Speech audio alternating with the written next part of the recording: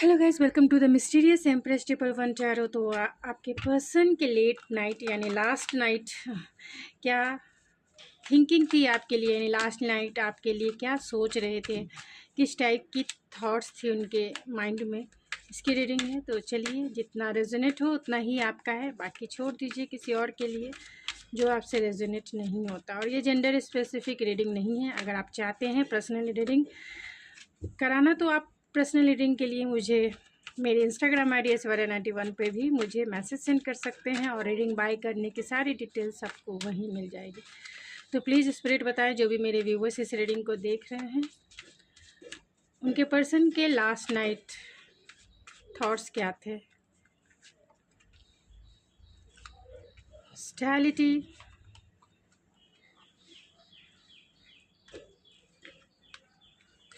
तो कहीं ना कहीं वो आपसे बातें करना चाहते थे। उन्हें ऐसा लगता है कि आप दोनों में बहुत टाइम से बातें नहीं हुई है, और कहीं ना कहीं वो आपको डिफेंसिव देखते हैं कि आप उनसे थोड़ी दूरी बना लिए हैं।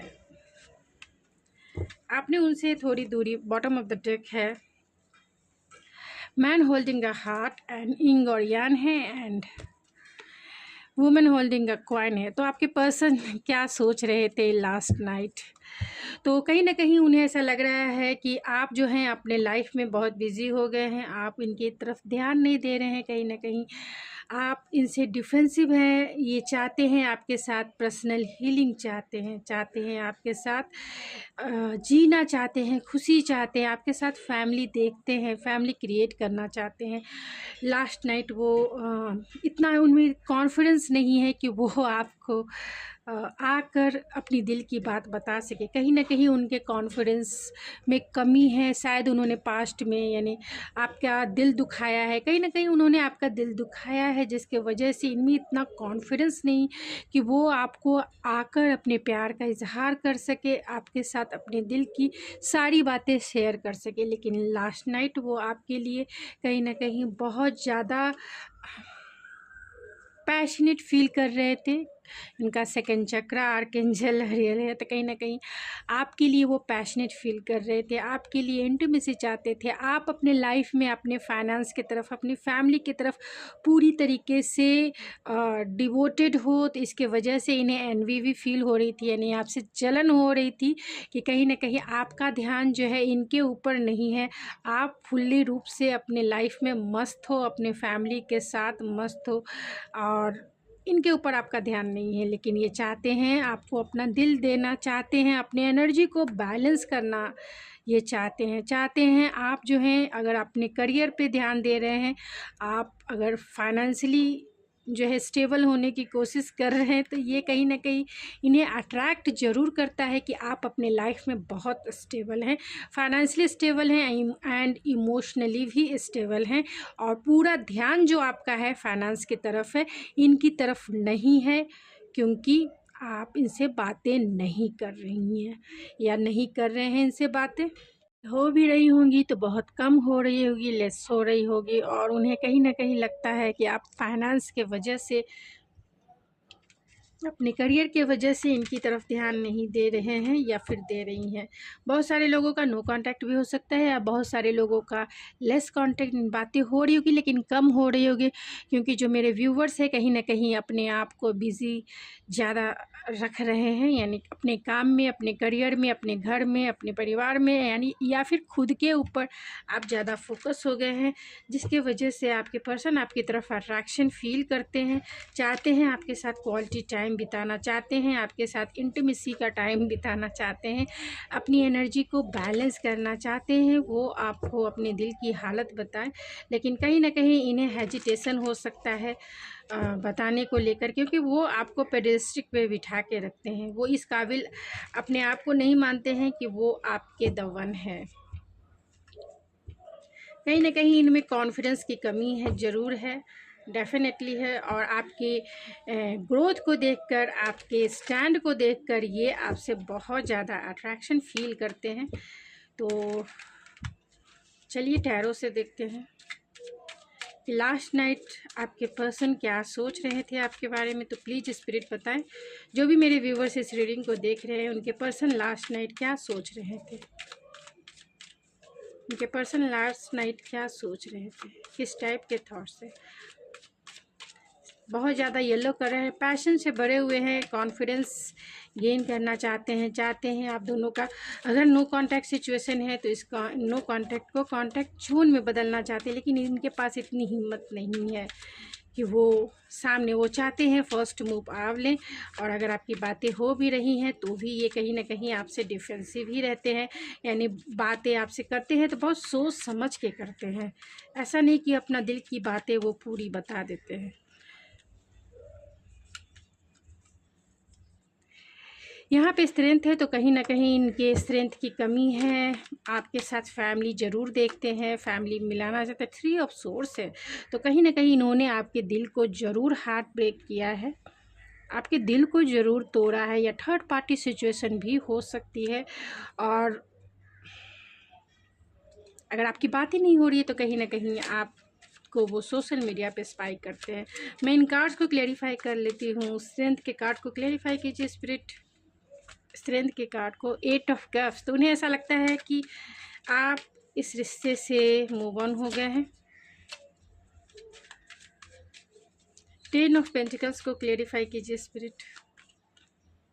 किंग ऑफ सोर्स, तो कहीं ना कहीं ये इस रिश्ते को, यानी आपके पर्सन अगर मेल है तो बहुत आइसी बिहेवियर इन्होंने आपके लिए किया है, यानी आपके साथ इन्होंने लॉजिकल वे में ये इस रिश्ते के बारे में सोचते हैं। और आपका हार्ट ब्रेक इसलिए हुआ क्योंकि इन्होंने कम्युनिकेशन ही बंद कर दिया, यानी आपको घोस्ट कर दिया, और जिसके वजह से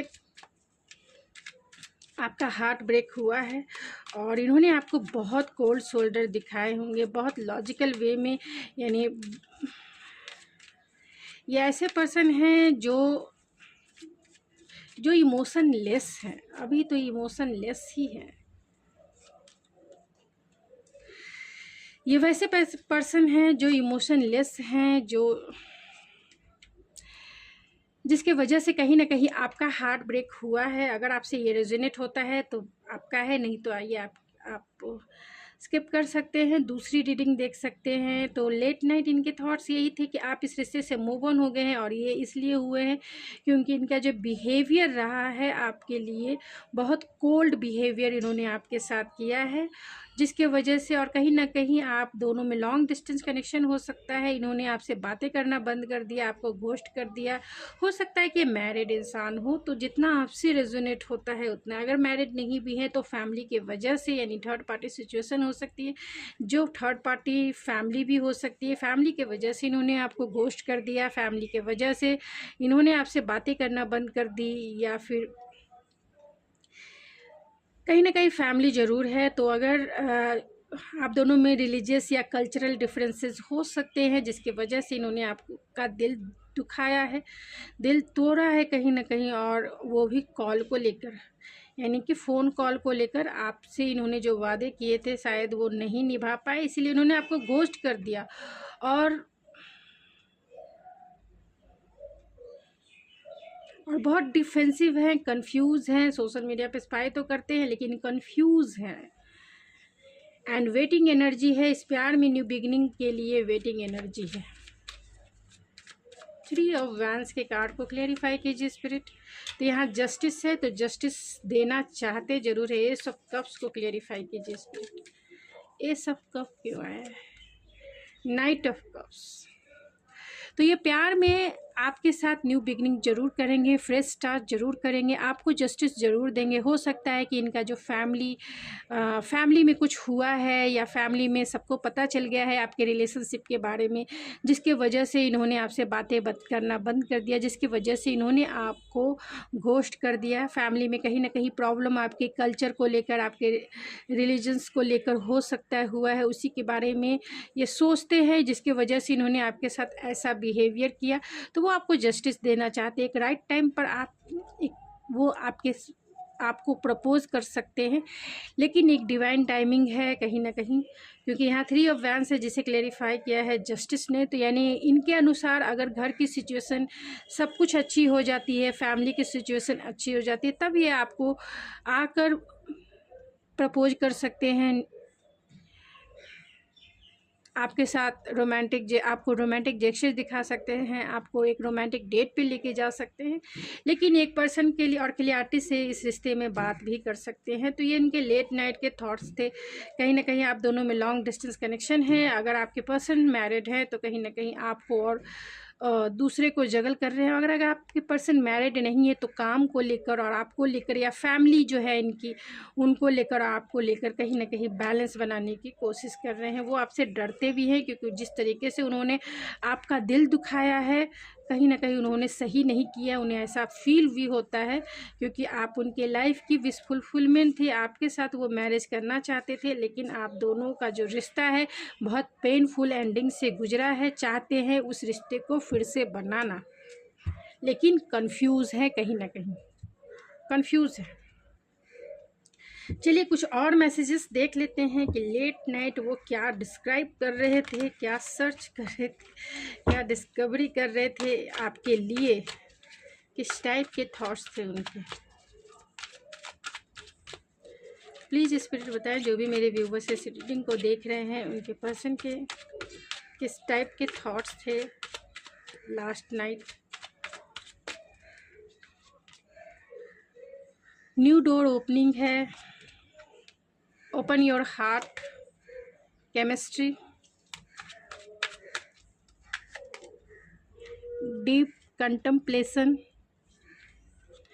तो कहीं ना कहीं आप दोनों में नो कांटेक्ट का सिचुएशन है, तो उन्हें ऐसा लगता है कि आप भी कहीं ना कहीं उनका इंतज़ार कर रही हैं और चाहती है इस प्यार में न्यू बिगनिंग हो, न्यू डोर ओपनिंग हो, कुछ तो हो ऐसा जब आप दोनों एक दूसरे से बातें कर सके, मिल सके, क्लियरिटी से एक दूसरे के सवालों का जवाब दे सके।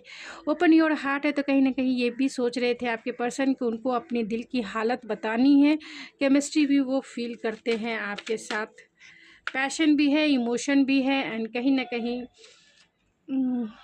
मेक द एफर्ट है। तो बहुत कॉन्फ्लिक्टेड एनर्जी है, मैनिफेस्ट है। तो आप या आपके पर्सन जानते हैं कि वर्क ऑन योर कनेक्शन है, तो कहीं ना कहीं आप दोनों जो हैं, एंड यहाँ ट्रस्ट इशू हो सकता है आप दोनों के बीच में, यानी आपको या आपके पर्सन को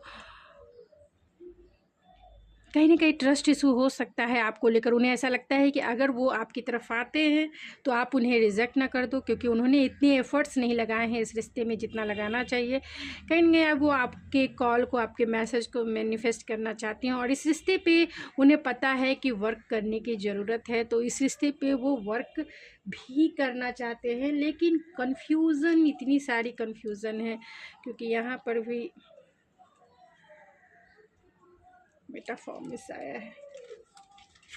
कन्फ्यूज़न बहुत है आपको लेकर, क्योंकि आपकी फीलिंग्स जो है उन्हें नहीं पता है, और ये भी बहुत फैक्चुएट होते हैं अपनी फीलिंग्स को लेके। कभी ये आपके लिए बहुत अच्छा सोचते हैं, कभी ट्रस्ट इशू हो जाता है, कभी बहुत सारी मतलब आपकी बातें नहीं हो रही है तो ये कुछ भी सोचते हैं, कुछ भी कैसे भी ये अपने आप को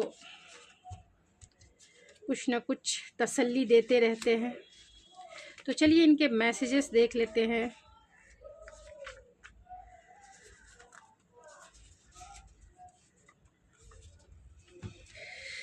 बॉटम ऑफ द डेक है, you deserve my morning, night and noon because you are my best. You are my soulmate to love. I see my future with you. I want to make family with you and you are mine. Will you marry me because you make me happy? तो जिनके person unmarried है, married है, जो भी है, फिर भी वो आपसे शादी ज़रूर करना चाहते हैं। तो अगर आप रेडी हैं तो जब आते हैं तो ज़रूर कहिए, अगर आप रेडी नहीं हैं तो आगे बढ़िए। You deserve my present and future because I love you lot. And your voice is my favorite sound. Oh my God. Your voice is my favourite sound. तो चलिए कुछ चार्म से मैं देखूंगी एंड इस रीडिंग को मैं एंड करूंगी। Late night thought. तो बहुत ऑप्टिमिस्टिक थे, होपफुल थे, टावर मूवमेंट को याद कर रहे थे। आप दोनों के बीच में जो टावर मूवमेंट आया, जो डिवाइन इंटरवेंस हुआ, जिसके वजह से आप दोनों के बीच में नो कांटेक्ट का सिचुएशन हुआ या लेस कांटेक्ट का सिचुएशन हुआ, या फिर आप दोनों के बीच में अगर कुछ भी लड़ाई हुई है तो उस टावर मोमेंट को याद करके थोड़े से डिसअपॉइंटमेंट फील करते हैं। लेकिन ये भी हो सकता है अगर आपकी बातें हो रही हैं इस पर्सन से तो अनएक्सपेक्टेड वो आपकी लाइफ में आना चाहते हैं, अनएक्सपेक्टेड वो आपसे मैरिज के लिए आपको प्रपोज़ करना चाहते हैं। अगर आपकी बातें हो रही है तो मैरिज के लिए प्रपोज़ करना चाहते हैं। म्यूज़िक कहीं ना कहीं आप दोनों के बीच में हो सकती है, इंट्यूटिवली आप दोनों एक दूसरे से कनेक्टेड हो सकते हैं और अनएक्सपेक्टेड वे में वो आपको मैरिज के लिए प्रपोज़ ज़रूर करेंगे, डेफिनेटली करेंगे। एक डिवाइन टाइमिंग है जो आप दोनों के बीच में मेजर रोल निभा रहा है और कहीं ना कहीं एंजेलिक फेदर है तो वो आपको प्रोटेक्टेड करके रखना चाहते हैं, प्रोटेक्शन फील करते हैं आपकी एनर्जी में। मून है तो कहीं ना कहीं आपके पर्सन बहुत साइकिक हो सकते हैं, साइकिक एबिलिटी इंट्यूटिव हो सकते हैं। एंड ओ तो अक्टूबर में आपको ये प्रपोज कर सकते हैं अगर आपका नो कांटेक्ट का सिचुएशन है तो, और डब्ल्यू यानी विंटर सीजन में भी ये आपको प्रपोज कर सकते हैं।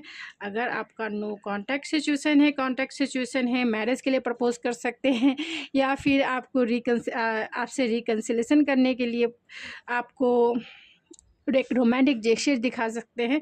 तो जैसे आपसे रेजोनेट हो वैसे ही लीजिए। तो मैं मिलती हूँ आपके नेक्स्ट रीडिंग में। अगर रीडिंग पसंद आई तो प्लीज़ मेरे चैनल को ज़रूर सब्सक्राइब कीजिए, सपोर्ट कीजिए एंड शेयर करेंगे तो किसी और की भी हेल्प हो जाएगी, तो शेयर भी कीजिए। तो मैं मिलती हूँ आपके नेक्स्ट रीडिंग में, तब तक के लिए थैंक यू सो मच।